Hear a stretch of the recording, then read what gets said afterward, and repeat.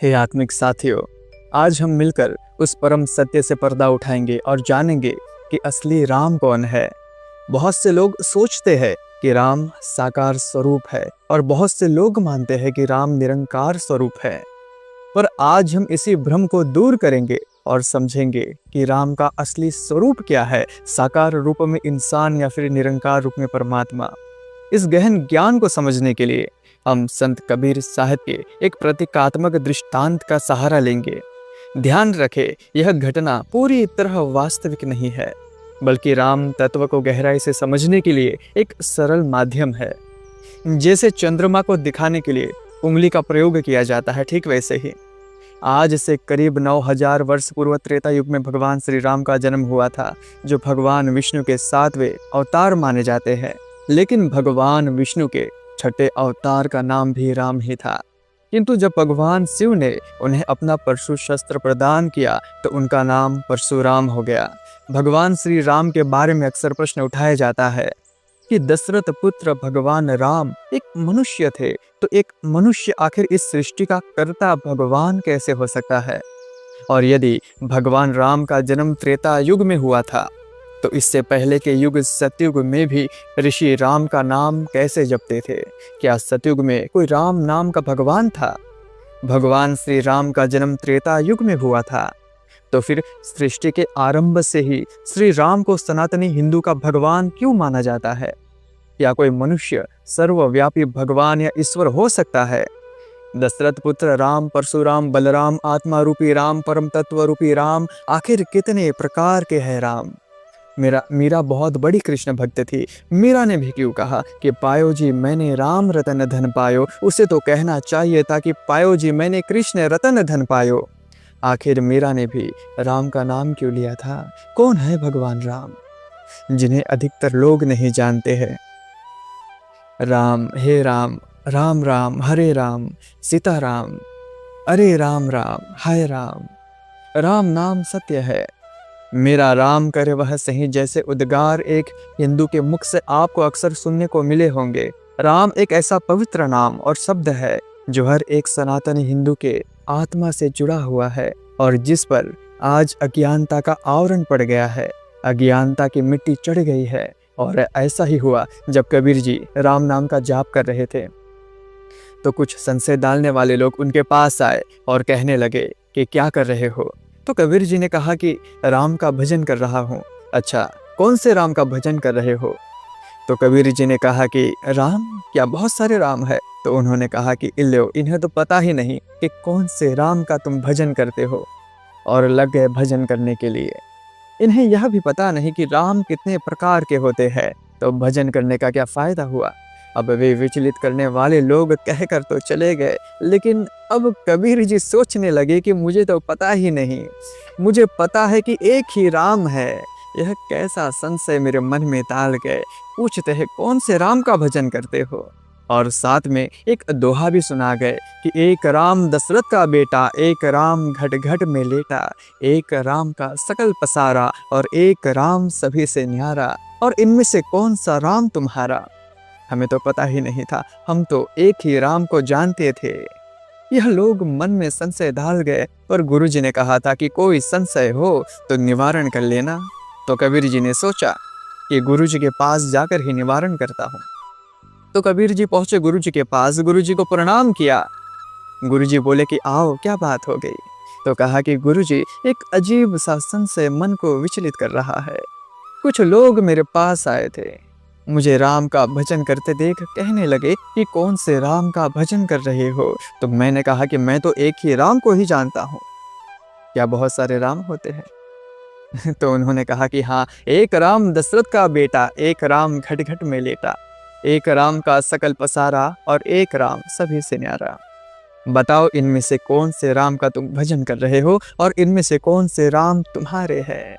कबीर जी की बात सुन गुरु जी मुस्कुराए और खूब हंसे, और हंसकर कबीर जी से कहने लगे कि बेटा, ऐसी बात करने वाले तुम्हारे पास एक बार नहीं, जीवन भर आएंगे। ऐसे लोगों का काम ही होता है तुम्हें विचलित करना और सही रास्ते से भटका देना।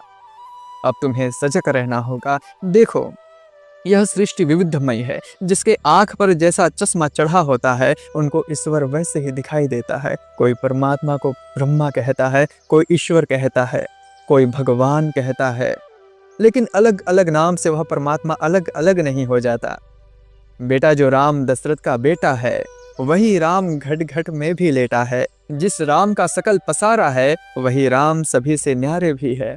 और इस दोहे में एक बात है, ध्यान दो, एक राम दशरथ का बेटा, एक राम घट घट में लेटा, एक राम का सकल पसारा और एक राम सभी से न्यारा। पर इन सभी में एक राम एक राम एक राम चारों पंक्तियों में है। तो बेटा, इस पंक्ति का अर्थ है कि बोले वही राम दशरथ का बेटा, वही राम घट घट में लेटा, उसी राम का सकल पसारा, वही राम है सभी से न्यारे। तो वही राम सब जीवों के भीतर विराजमान रहते हैं, तो सबके घट में लेटे हुए सर्वव्यापी राम है। जब वही राम इस सृष्टि को रचते हैं तो यह सब पसारा उन्हीं का है। लेकिन सृष्टि की रचना करने के बाद भी वे इस सृष्टि में फंसते नहीं है, इसलिए वह सबसे न्यारे भी है। लेकिन जब भक्त रो रो कर उनको पुकारता है, जब मनुष्य प्रार्थना निवेदन करते हैं, तो वही निरंकार राम साकार रूप धारण कर दशरथ जी के घर प्रकट हो जाते हैं। तो इन चारों में कोई भेद नहीं है बेटा, यह चारों एक ही है। अब कबीर जी को सब कुछ समझ में आ गया था। उन्होंने कहा कि गुरुजी, आपने बहुत कृपा की, अब इस विषय में मेरा कभी संशय नहीं होगा। कबीर जी वापस आकर फिर से राम का भजन करने लगे। तो फिर वह तार्किक लोग आए, उन्होंने देखा कि कबीर जी अभी भी राम की माला जप रहे थे। सोचने लगे कि कबीर जी के मन में तो संशय डाल गए थे और अब तक तो उनकी माला छूट जानी चाहिए थी, लेकिन अभी तक उनकी माला छूटी क्यों नहीं। उन्होंने सोचा कि थोड़ा ज़्यादा जोर लगाना पड़ेगा। उन्होंने कबीर जी से पूछा कि भाई, तुम्हें पता चल गया कि तुम कौन से राम का भजन कर रहे हो? तुमने हमारे प्रश्नों का उत्तर नहीं दिया था। अब कबीर जी तो पक्के गुरु जी के शिष्य थे, तो कबीर जी ने कहा कि हम आपको उत्तर अवश्य देंगे, लेकिन उससे पहले आपको हमारे प्रश्न का उत्तर देना होगा। बोले, पूछो। कबीर जी कहने लगे कि हमारा भी एक दोहा है, इसका उत्तर बताओ। बोले, क्या?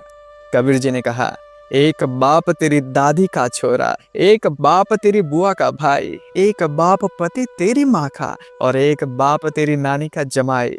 तो बता रे तेरे कितने बाप है मेरे भाई। ऐसा दोहा सुनते ही वह दुम दमा कर भागे। कबीर जी ने आवाज लगाई कि बताते तो जाओ कि तुम्हारे एक बाप है कि 4 बाप है कि 6 बाप है। वे बोले कि हद हो गई, अब तो यह क्या पूछने की बात है।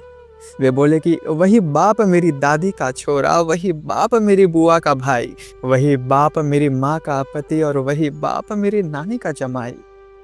तो कबीर जी बोले कि सुनते जा, वही राम दशरथ का बेटा, वही राम घट घट में लेटा, वही राम का सकल पसारा, वही राम है सभी से न्यारा। वे सनातन है, वे सर्वव्यापक है, वे निरंकार है तो साकार भी है, अदृश्य भी है तो वे दृश्य भी है, वे सगुण है तो वे निर्गुण भी है, वे एक अस्तित्वहीन अस्तित्व भी है तो वे एक व्यक्ति के रूप में भी अवतरित होते हैं। और जब यह बात अज्ञानी लोग समझ नहीं पाते हैं, उनके लिए यह समझ पाना मुश्किल है कि राम कृष्ण शिव विष्णु ब्रह्मा सभी एक ही परम तत्व निरंकार के स्वरूप है। और जब मीरा को भी उनके गुरु ने यह बात समझाई कि कृष्ण राम और ईश्वर के जितने भी स्वरूप है वे सभी एक ही परमेश्वर निरंकार के स्वरूप है, सिर्फ उनके नाम रूप और गुण अलग अलग है, तो मीरा ने भी कहा कि पायो जी मैंने राम रतन धन पायो, वस्तु अमोलक दी मेरे सदगुरु कर कृपा अपनायो।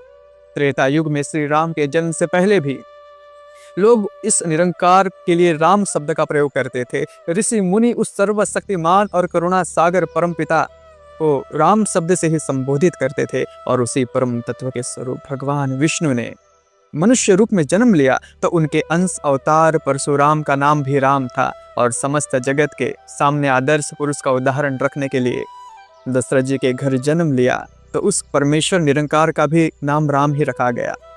अब जब नई पीढ़ी के लोग दशरथ पुत्र श्री राम को एक व्यक्ति के रूप में देखते हैं तो उनके मन में संशय पैदा होता है, राम एक व्यक्ति है तो वह भगवान कैसे हो सकते हैं।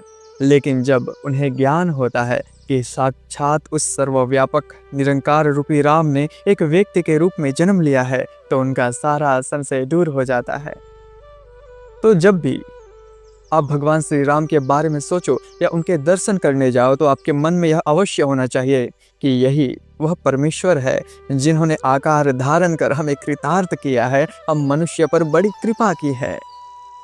इसलिए आप ध्यान रहे कि जब आपको कोई पूछे कि राम कौन है तो समझ जाना कि राम अलग अलग नहीं है, वही एक राम है